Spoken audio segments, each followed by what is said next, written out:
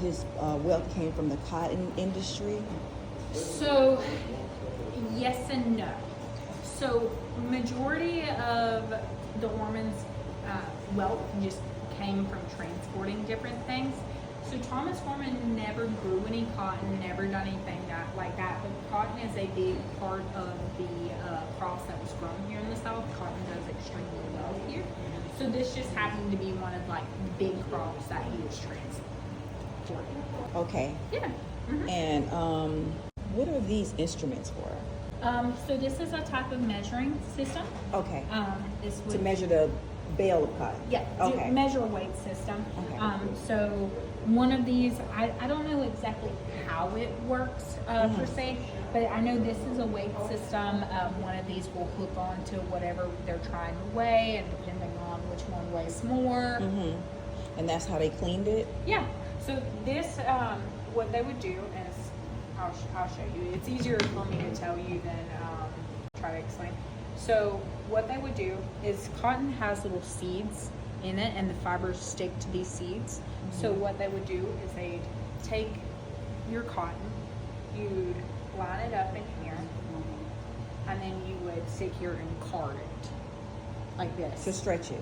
Not really stretch it, but this is like wire brush.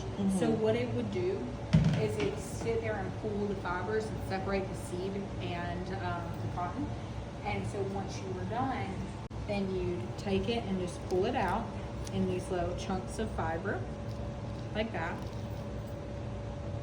And then kind of like sheep's wool, then they take all this clean and then they just twist it, kind of like they do wool, and then just twist it into thread, just like that.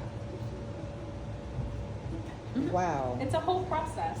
And then because it's a crop and they grow outdoors, you get like stuff that has dirt in it and things. So this was part of pulling out the twigs, separating the fibers from the seed, because if you want to feel it, it has a bunch of seeds in there.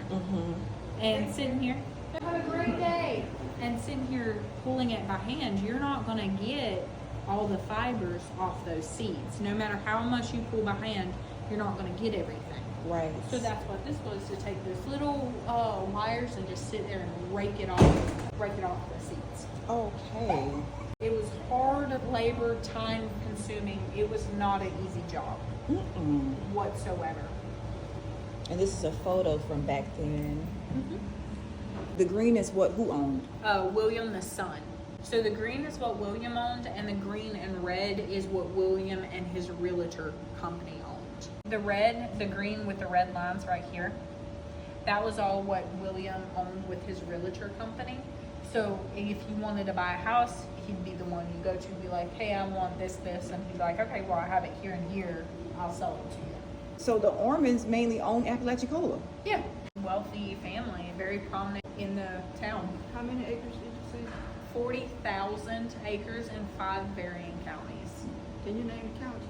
Liberty County, Franklin County, Bay County. I can't remember what county Mariana is. Jackson. So Jackson County, parts of Gadsden, like all these surrounding counties, 40,000 acres.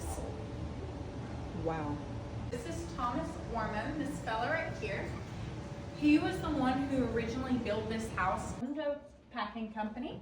And at one point you could go to where the oyster shells were kept, and it would be anywhere from 20 to 30 feet deep, spanning 10 acres.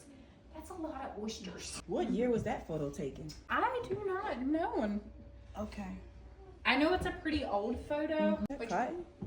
No, that's oyster What's that? shells. Oh my goodness. So it was always somebody's responsibility, because the way you shuck oysters, you have to do it by hand. Yeah. So it was somebody's job to sit there on a bucket all day long and literally shuck oysters by hand. Yeah. And then that turns into that. All oyster shells. It's pretty insane to think. At that time, you just sit there and shuck them all day long.